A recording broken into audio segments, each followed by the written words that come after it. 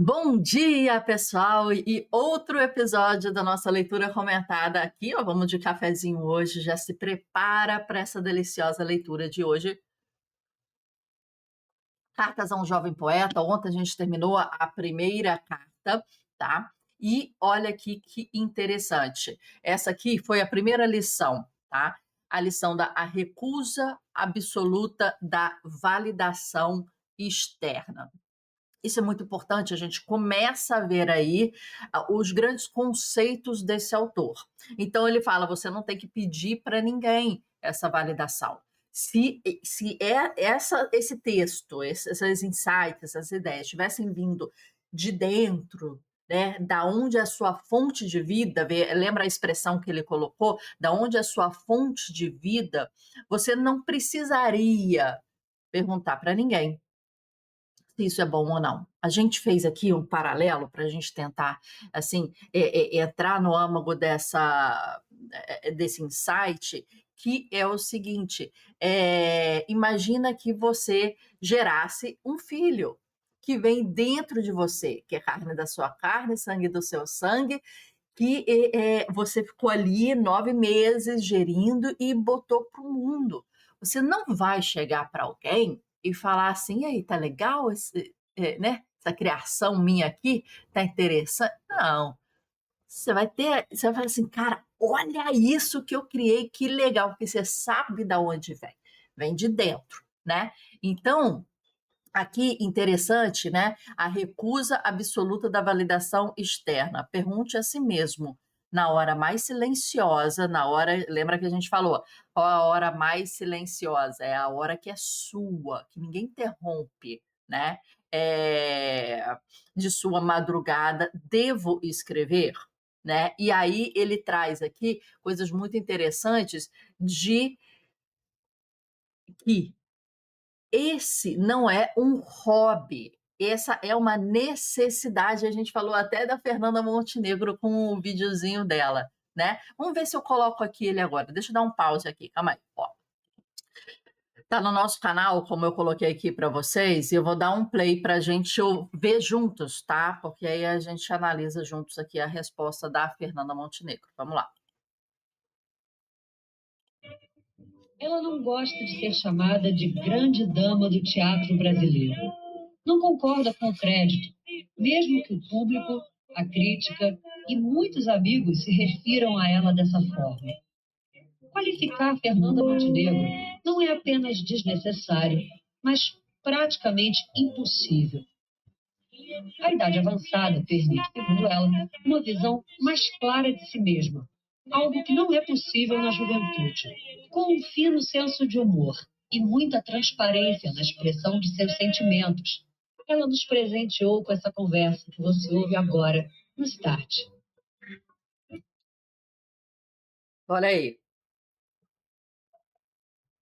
Eu geralmente, quando me perguntam o que você diria para um ator que está começando, eu sempre digo: desista, não passe perto, saia disso. Digo sinceramente. É um choque ouvir isso de você. Mas é verdade. Porque confundem teatro com liberdades, até com licenciosidades, com realização de sua opção sexual, com glórias, paetês, retrato no jornal, riqueza, porque aí já entra a televisão, né? No meu tempo não tinha televisão, então hoje em dia a deformação já é os famosos celebrities, né? Então a coisa é pegar o eletrônico, né, que vai cuidar dele, vai polir ele, se não for bom repete a cena, se não for bom repete outra vez, ou então corta, ou então põe uma música no fundo, ou então bota uma lágrima, né? Vai preparando como se fosse um autômato, que depois pode até resultar muito bem, porque ele se apropria daquela técnica, né? Vai fazendo e vai virando o chamado ator, né? Ou artista. Todo mundo virou artista hoje em dia, porque todo mundo pode ser artista, agora ator não é todo mundo que pode ser, né? Então, essa visão assim, onírica, solta, louca, entende? Todo mundo pode escrever poesias, são poucos que vão se tornar poetas, né? Esse autômato que ela fala é uma modulação do mercado frente àquela pessoa que é bonita, que tem charme, né? Mas que não tem talento suficiente para, como ela, por exemplo, para encarar aí isso, né? E aí precisa de subterfúgios que são até comuns, né? Aí é uma iluminação, os cortes, a edição, a reescrita do texto, né? E se torna mais celebridade do que realmente um ator, né? E a galera fica, bonito, gostoso, lindo, maravilhoso. Mas você vê ali na essência daquilo ali, é uma pessoa bonita, charmosa, que está sendo comandado pelos subterfúgios técnicos de um mercado para que ele consiga ali ter algum tipo de mínimo resultado. Mas ator, cantor, pintor, pinta ao vivo, canta a capela, atua nos palcos, em que não tem nenhum subterfúgio. A importância de um suporte, o palco, é tão importante na carreira de um ator, porque ali não há o que te salva. Deu branco é você. No máximo, o outro ator vai te ajudar um pouquinho ali, né? Caiu um cenário, é você, no improviso, né? Passou mal, é você. Não tem, vamos gravar no dia seguinte, o ator atrasou, vamos na ilha de edição editar esse negócio inteiro para parecer legal, coloca uma música, corta a cena para outro personagem. O teatro é cru, é nu, por isso é mais duro, por isso que dali surgem, quem sabe, atores, né? Os artistas é muito mais fácil. Vamos terminar aqui. Não sabe o que é isso aqui. Então, saia da frente. Não ocupe espaço para depois de...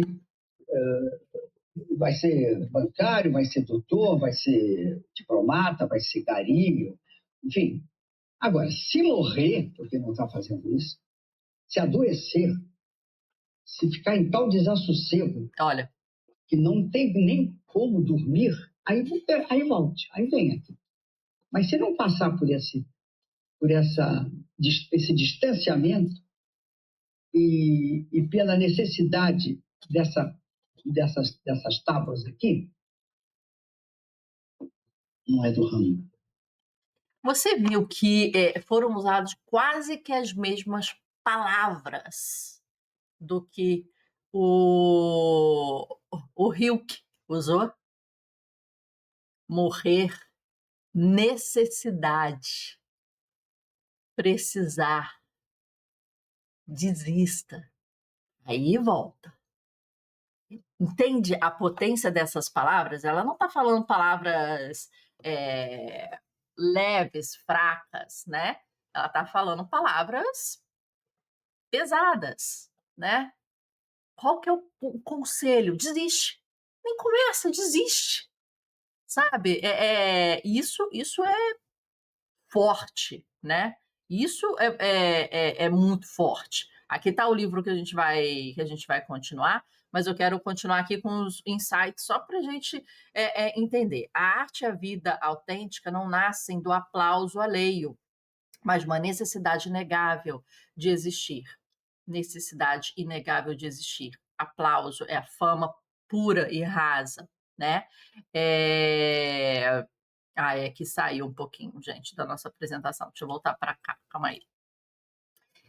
Influenciado por Nietzsche, Rilke exige o foco na vitalidade autêntica, viver a própria essência sem buscar o olhar do outro. E aqui a lição número 2 que a gente teve aí, que ele começa a tocar, ele vai tocar mais a fundo depois, mas ele começa a jogar aí a semente da importância da solidão, né? E aqui ele fala o seguinte: a solidão não é um castigo, mas é um estúdio de criação. O que é o estúdio?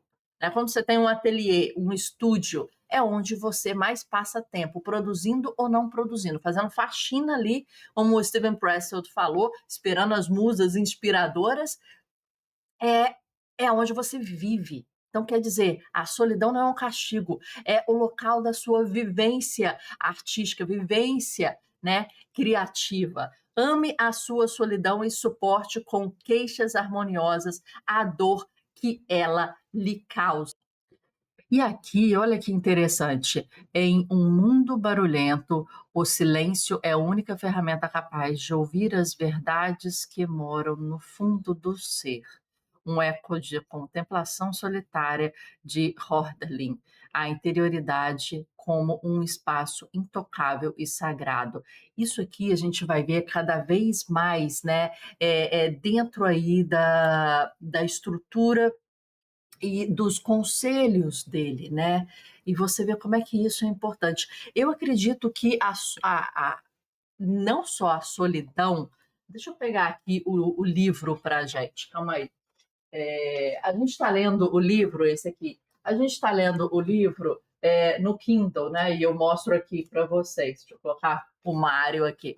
A gente está lendo um Kindle, eu boto o livro aqui para vocês no Kindle, tá? Mas essa é a minha versão original, né? Eu acho, gente, que eu tinha aqui uns. Olha, eu acho que eu tinha aqui uns 12 para 13 anos quando eu ganhei esse livro aqui. Deve ter sido isso, entre 11 e 13 anos no máximo, né? Eu saí de Minas com. Eu saí para o intercâmbio com 15.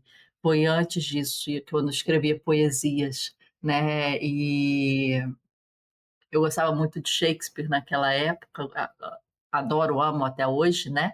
Mas tem um tempo que eu não leio tanto Shakespeare. Mas a carta a um jovem poeta. E é curioso como a gente lê em níveis de maturidade diferente, né? A gente tem insights diferentes, né? E eu vou fazer um negócio hoje que eu não fiz antes e peço até desculpa para vocês, porque essa edição aqui, que não é a edição que vende mais, ela tem uma introdução da Cecília Meirelles, uma introdução, o que eu acho legal a gente ler, porque é um prefácio, deixa eu ver aqui, é um prefácio que não tem nas outras edições. Então, me permite, antes da gente começar a ler, eu ler para vocês aqui uma coisa que vocês não vão encontrar em lugar nenhum, somente nessa edição aqui, que eu felizmente tenho, tá bom? Então a gente vai começar assim o dia de hoje e depois vai fazer uma carta, né, se der tempo. Então, vamos lá. Cecília Meirelles. Não se vai tentar a tarefa quase impossível de falar. Não se vai tentar a tarefa quase impossível de falar de Rainer Maria Rilke na brevidade dessa apresentação de duas das suas obras, talvez as mais fáceis de traduzir e de explicar, por se comporem a primeira da série de 10 cartas que dirigiu entre 1903 e 1908 a um jovem poeta chamado Franz Xaver Capus. A segunda, que tem aqui nesse livro, né, a canção de amor e de morte do porta-estandarte Cristóvão Hilke, é outro livrinho que tem aqui, né, nesse aqui, que por muito que nos traga de sonho, como toda a obra do poeta é, no entanto, das suas páginas mais objetivas e construído sobre a realidade de um documento que lhe serve de prólogo. Esse prefácio visaria especialmente falar da primeira das traduções, de que se ocupou o senhor Paulo Ronay, que traduziu essa parte aqui, poliglota, erudito, já incorporado às letras brasileiras e que verteu para o nosso idioma com a exatidão possível, considerando-se o que há de intencional na linguagem de Rilke. Essas cartas tão ricas de outra substância, além de simples conselhos literários. Se alguma vez se sente na tradução certa obscuridade, ela é como a do original, por estarem as palavras obedecendo à fidelidade do pensamento mais que à facilidade da elocução. Quanto ao conteúdo dessas cartas, que tão singularmente deveriam sobreviver como uma espécie de mensagem solicitada por Capos, mas útil a tantos destinos, conviria chamar a atenção do leitor para alguns dos seus pontos mais interessantes. Inicialmente, é curioso notar, qualquer que tenha sido o destino de Capos nas letras, e aí a gente já deu um spoiler, já falou, né, que continuou sendo aí jornalista, largou um pouco aí a poesia e ressignificou a poesia. Esse foi o destino. O efeito que sobre o poeta, o jovem poeta, produziram os primeiros poemas de Rilke, muito jovem também naquele tempo. Essa é uma das mais autênticas consagrações da poesia, no que ela possui de tradicionalmente mágico, de originalmente divino. O Rilke dessas cartas é como um intermediário de mistérios, uma espécie de oráculo que se consulta e em quem se crê. Sim, ele já se posiciona nessa postura, né? Talvez, na verdade, isso já venha a seguir, Capos não lhe tenha inspirado com os seus escritos uma veemente esperança, mas Rilke não iria colocar, à maneira dos críticos, uma nuvem sobre os seus olhos de fazer e sentir poesia. De mil modos delicados, porém, lhe iria indicar as mil condições favoráveis para se aproximar do sonho, para chegar à sua margem, ao menos, uma vez que nem sempre a travessia é permitida. O que entre essas mil indicações diversas ficasse em silêncio e mais obscuro, palpitando, aí estaria verdadeiramente o seu discreto, cálido, religioso conselho. Não ignorava o que é necessitar de alguém aquele que, para a mesma época, escrevia a Auguste Rodin, pedindo-lhe, por sua vez, conselhos sobre o segredo de viver e criar. Olha que interessante. Enquanto um pede um conselho para quem está um pouco mais além, quem está mais além pede um conselho para quem está um pouquinho mais além também, né? Olha como é que a gente faz na vida. Mas imagina que o Capos pedisse um conselho para Rodin. Ele está pulando etapas. Então, quando a gente pede um conselho, quando a gente, né, tenta se aproximar de alguém, tenta se aproximar de alguém que esteja 1 a 2 degraus acima de você, não 10, 20 degraus acima de você, né? Você vai ter mais resposta, mais retorno se você fizer galgar isso, né? Porque quem está a 2, 5 degraus de você está pedindo conselho para quem está a 20, 30, né?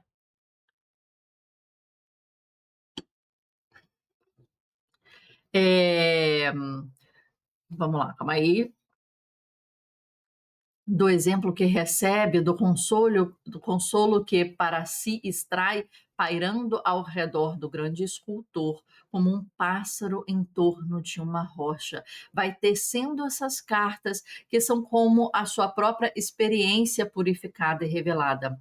Por isso, as respostas de Rilke não oferecem a Capos uma receita literária, embora digam coisas essenciais sobre o exercício da literatura, vão mais longe, tratam da formação humana, base de toda a criação artística. Isso que a gente falou que foi muito interessante, né? E até faz você pensar. Quando alguém te perguntar uma dica sobre um ofício, você responder sobre a formação humana daquela profissão é muito mais forte do que se ele ensinasse a saber escrever, por exemplo. Escreva mais estrofe, menos estrofe, para isso, para aquilo. Eu acho que você vai ver aqui que, assim, raramente ele fala de uma coisa tão específica quanto isso, mas ele fala da essência do Capus, do desejo, da necessidade, da solidão, né, do processo criativo e do estado de ser. E muitas das vezes é isso que a gente faz aqui na nossa comunidade, né? E vamos supor, nos nossos outros projetos, o nosso podcast, o Mahubcast, é sobre o processo criativo. Independente de que arte você for fazer, independente se você for fazer arte, não precisa. Você pode estar aqui como uma gestora, um consultor, mas você quer ser mais criativo, esse é essa comunidade, entendeu? Da literatura propriamente, pouco falam as cartas, exato. Podem ser resumidos os conselhos do poeta em algumas linhas. Escrever só por absoluta necessidade, evitar temas sentimentais e formas comuns, escolher as sugestões oferecidas pelo ambiente, a imaginação e a memória, não dar importância aos críticos, não ler tratados de estilos. Pronto. Ela resumiu aqui, ela deu um spoiler aqui, dona Cecília, no início das páginas desse livro, quais são as dicas aí mais técnicas. Pronto, acabou. Ela resumiu para você. Se você queria isso aqui, acabou. Cecília deu um grande spoiler, porque não é sobre isso o livro.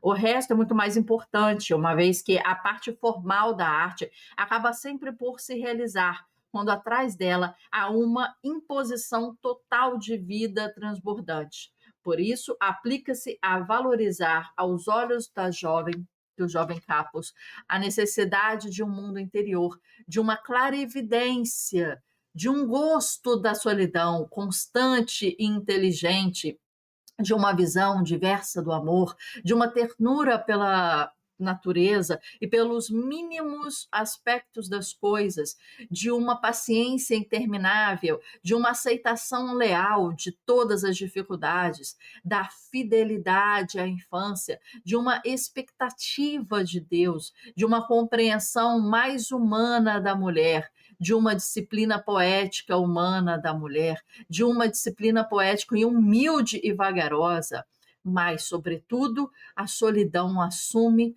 nessas cartas um caráter de heroísmo. Olha ela aí de novo, a solidão. E de magnificência, a ponto de poder dizer que o homem solitário pode preparar muitas coisas futuras, porque das suas mãos erram menos. Você vai ver uma ode à solidão.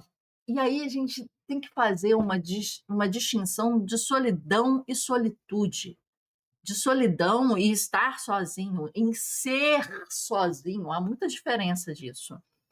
Depois dessas cartas que constroem a atmosfera de pensamento e sensibilidade de Rilke, o leitor encontrará a canção do amor e de morte para do porta-estandarte Cristóvão Rilke, escrita, como se sabe, de um fôlego em uma noite de 1899. A fama do poema atravessou rapidamente toda a Europa e chegou à América, não sem um certo desgosto por parte do autor, que naturalmente conhecia o valor das suas composições, né, mas lentas em caminhar.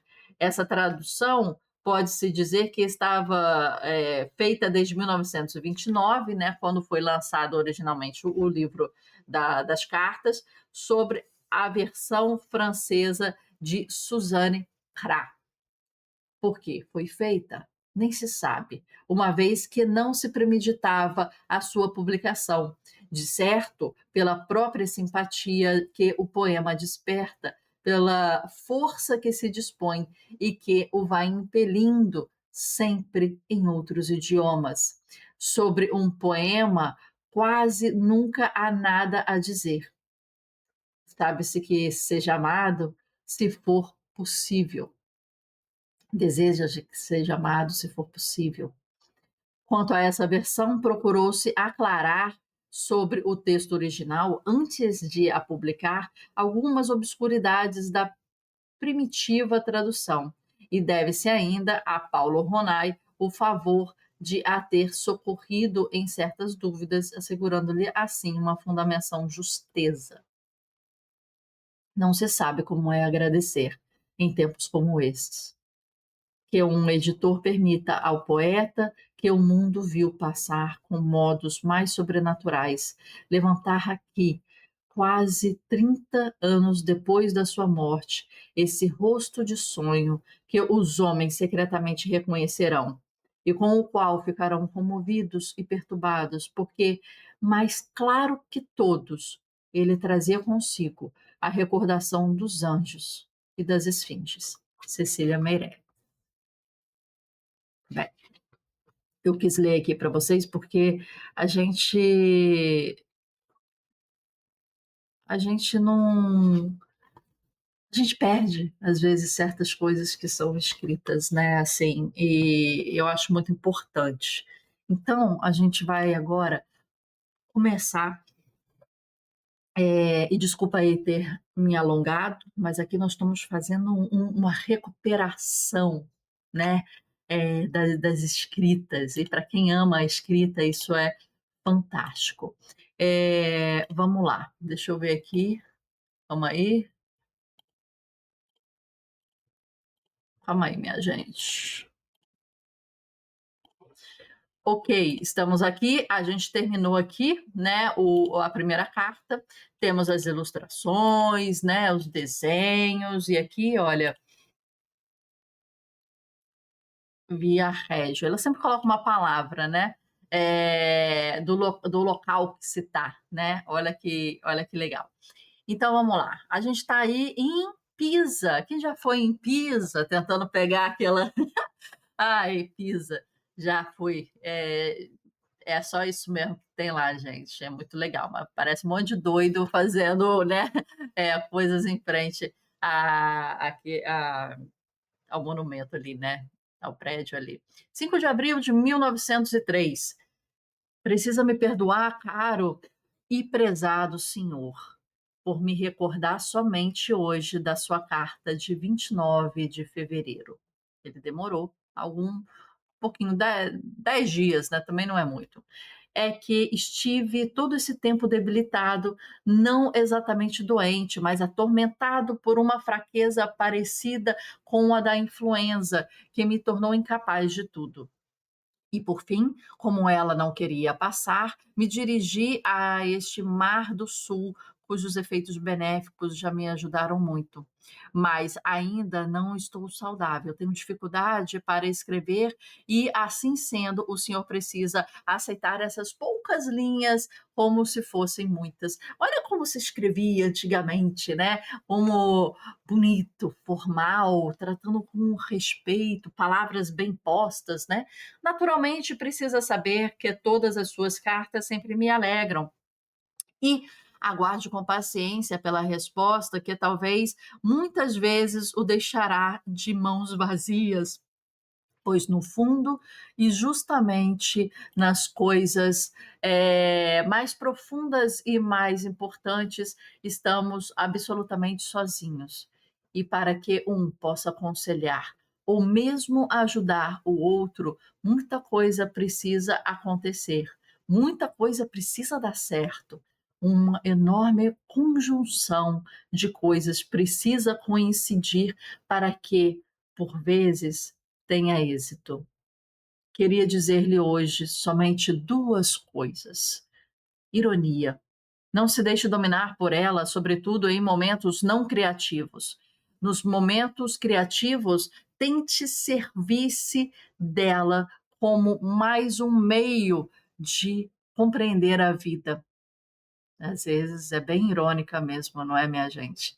Utilizada de modo puro, ela também se torna pura. E não é preciso se envergonhar por isso. E caso sinta por ela demasiada confiança e tema essa confiança crescente, sente-se então para assuntos grandiosos e sérios, diante dos quais ela se torna pequena e desamparada. Procure a profundeza das coisas. Então, a ironia. Vamos voltar aqui não, vou continuar aqui que a ironia continua. Calma aí. A ironia nunca desce até lá. E desse modo. Calma aí, tá certinho? Ok. Procure a profundeza das coisas, a ironia nunca desce até lá. E desse modo, ao seguir até as margens do grandioso, imagine ao mesmo tempo se essa forma de conceber as coisas brota de uma necessidade íntima do seu ser. Pois, sob a influência de coisas sérias, ela o abandonará. E se for algo casual, ou se fortalecerá, se lhe pertencer a como algo inato, tornando-se então um instrumento sério e ajustado à série de recursos com as quais o senhor irá configurar a sua arte. É importante pensar na ironia. Eu penso bastante na ironia de como a vida é tecida e construída, né? Tem vezes que a gente quer tanto uma coisa e recebe outra, né? Mas a gente pensa assim que quem está construindo o storytelling, a narrativa da nossa vida é alguém mais poderoso. E tudo tem um porquê, por mais que a gente não entenda naquele momento, né? Por mais que a gente peça dinheiro e receba mais trabalho, a gente peça paz e receba até mais atribulações, né? Parece que a gente trabalha com os opostos, né? Às vezes, isso é irônico, mas é de repente a forma como as coisas se tecem, né, na vida. Continuando aqui, vamos lá. E a segunda coisa que queria contar-lhe hoje é a seguinte: de todos os seus livros, só alguns poucos são imprescindíveis. Imprescindíveis. Olha as palavras que ele usa: necessidade, morrer, se você não for morrer, né, não faça, imprescindível. É tudo questão de vida ou de morte, de esse ou aquele, de mudança de curso. Entende? Que aqui está se falando com uma pessoa que, tipo assim, não há água morna. Porque água morna nem serve para fazer chá ou café. Então, ser água morna é uma coisa que não presta. E aqui ele está colocando palavras que definem. Né? É esse ou aquele, é a morte ou a vida. Não existe aquele bolinho do meio, né? E dois estão sempre nas minhas coisas, onde quer que eu esteja. Estão aqui comigo agora: a Bíblia e os livros do grande poeta dinamarquês Jan Peter Jacobsen. Aí aqui como é que a gente faz? Ó, marca como rosa, em que depois a gente vai entender, né, que a gente tem que pesquisar isso depois, é uma referência a ser pesquisada depois.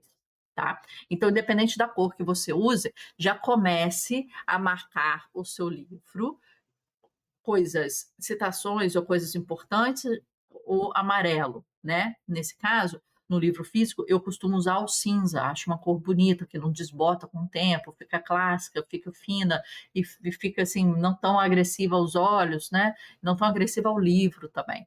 Mas, às vezes, eu uso a lapiseira para marcar com asterisco, né? É o que eu tenho que pesquisar depois. Livro físico eu faço assim. Aqui, para me trazer uma diferença no meu bloco de anotações, o rosa é sempre referência que eu tenho que buscar depois, né? Bora lá. Pergunto-me se conhece as obras dele, mas pode tê-las facilmente, pois uma parte delas foi publicada na coleção da Biblioteca Universal da editora Reclam, com ótima tradução. Consiga um pequeno volume, 6 novelas, de J. P. Jacobsen e o romance News Lyme, e comece pela primeira novela do referido volume, que se chama Mogens. Você vê aí que quem está nessa postura de mestre, de coach, eu odeio essa palavra coach, de conselheiro, de não sei o quê, sempre dá referência, sempre fala por referências, sempre incita a outra pessoa a ler, a buscar, a escrever, a sair dessas palavras que estão aqui na sua frente, a fazer algo mais. Então, assim, um bom mestre sempre está falando isso. Leia isso, veja isso, pesquisa aquilo, né? Viva por alguns momentos nesses livros, aprenda com eles o que lhe parecer digno de aprender, mas, sobretudo, ame-os. Esse amor lhe será retribuído milhares e milhares de vezes mais. E seja sua vida como for, ele atravessará, tenho certeza disso, o tecido de sua existência como um dos fios mais importantes entre todos os fios das experiências, decepções e alegrias. Viva com o aprendizado. É isso que ele está falando. Olha aqui, vamos voltar aqui. Aprenda com eles. Aqui, olha, aprenda com eles o que lhe parecer digno de aprender, o que passar pelo seu filtro, mas, sobretudo, ame-os, ame-os. Quando você ama, você internaliza isso na sua vida, né? Você traz para mais próximo da sua vida, passando das barreiras, né? E chega mais próximo a você, do seu coração. Então, e você lembra sempre, um filho, vamos trazer aqui a reverência de um filho, você lembra sempre do filho. Filho, você até nem, refraseio, você até nem tem que lembrar do filho, você não consegue nem esquecer do filho, né? Ele tá lá, ele tá junto, ele tá no seu pensamento. Você vai num shopping. Tem que comprar cueca pro filho, blusa pro filho, escova de dente pro filho. Você vai numa livraria, você vai num jantar, você tá comendo uma comida gostosa, você fala, poxa, se meu filho provasse isso aqui, ia gostar. Ele não pode porque tem alergia. Tipo, ele tá lá. Você não precisa lembrar, porque você não, ele já está na sua essência. Isso que ele está falando aqui do livro. Aprenda com ele o que passar pelo seu filtro, que é importante aprender. Mas coloque ele tão próximo da sua vida que você nem tem que lembrar dele, ele já faz parte. Se fosse dizer com quem aprendi algo sobre a essência da criação, sobre a sua profundeza e a eternidade, só poderia mencionar 2 nomes: Jacobsen, o grande poeta, e o Auguste Rodin, o escultor, um artista inigualável entre todos os artistas ainda vivos. Então, ele dá 2 referências. E ele foi, né? Vamos colocar aqui, ó, a gente faz assim. Ele faz sempre referência a quem ele aprende. E ele foi um grande discípulo de Rodin. A gente viu que a sua primeira mulher era escultora e ele começou a trabalhar depois com o Rodin. Então, realmente, aqui, defina mestres na sua vida. A gente tem que entender o que ele está falando, né? A gente tem que decupar e depurar o que ele está falando. O que ele está falando aqui, cara, aprenda com livros o que passa do seu filtro, né? Traga o livro e o aprendizado tão próximo para você, que já está internalizado na sua vida, e encontre mestres que são inigualáveis.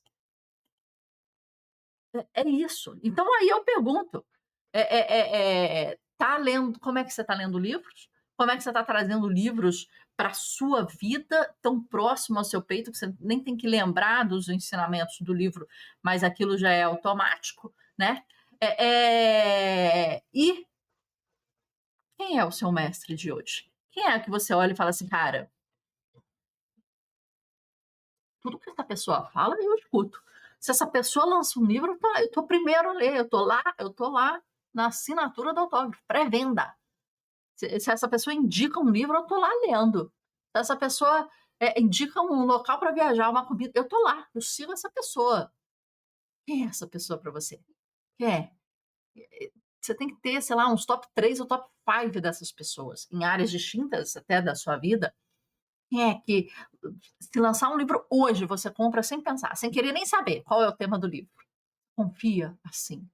Porque um livro de 250 páginas, mais ou menos, são mais ou menos 6 horas a 8 horas da sua vida. Você tem alguém em que você lança qualquer coisa e você nem quer saber sobre o que é, mas você já vai dedicar ali 6 a 8 horas da sua vida ali num estudo, num aprendizado, do que a pessoa citar ou falar, é porque você confia nessa pessoa. Quem são os seus mestres? Então a gente vai terminar a carta de hoje perguntando de quem são os seus mestres da sua vida. E aí, depois, amanhã, a gente continua aqui, olha, 23 de abril, né? Então, a gente foi 5 de abril, não foi, minha gente? E foi agora 23 de abril. Então, essas cartas deles, né, vai seguindo vai dando um espaço, mas ela vai sendo recorrente. E olha que interessante, gente. Eu recebi uma carta. E a emoção de receber uma carta é uma emoção que a gente perde com o tempo, né? Essa é uma amiga minha, Brandy, acho que ela não vai ver esses vídeos, né? Americana, dividiu comigo o dormitório quando eu fiz intercâmbio em Missouri, nos Estados Unidos, durante um ano, na faculdade.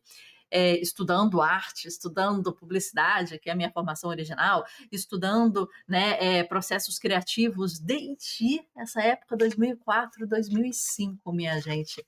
2004, 2005. Final de 2004, início de 2005.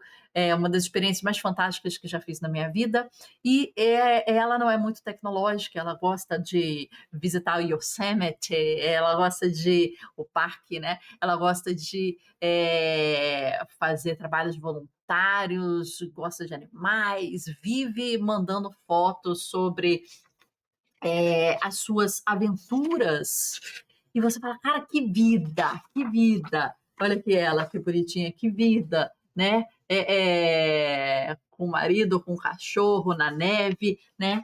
E aí, desde então, desde 2004, quando a gente se tornou amiga, ela me manda cartas.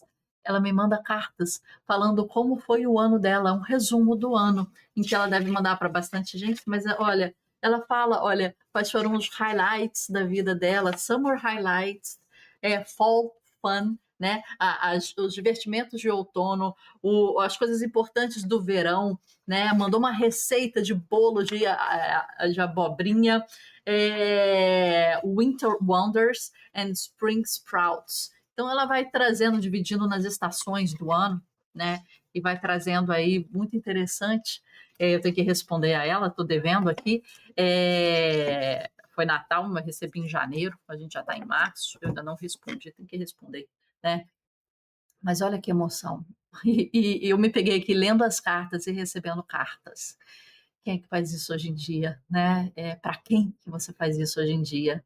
Quem está merecendo as suas cartas, a sua atenção, a sua volta a escrever, né? Porque às vezes a gente não escreve no dia a dia, né? E retoma esse momento. Então, assim, eu tô com essa cartinha aqui na frente para eu responder e me dá muita emoção, assim, receber, né, cartas 2026. Mas é isso. Quem vale a pena, né? A gente manter o contato, lembrar desses momentos maravilhosos, antigos, 20 anos, né? Olha que legal. É, e é isso, termina de uma forma saudável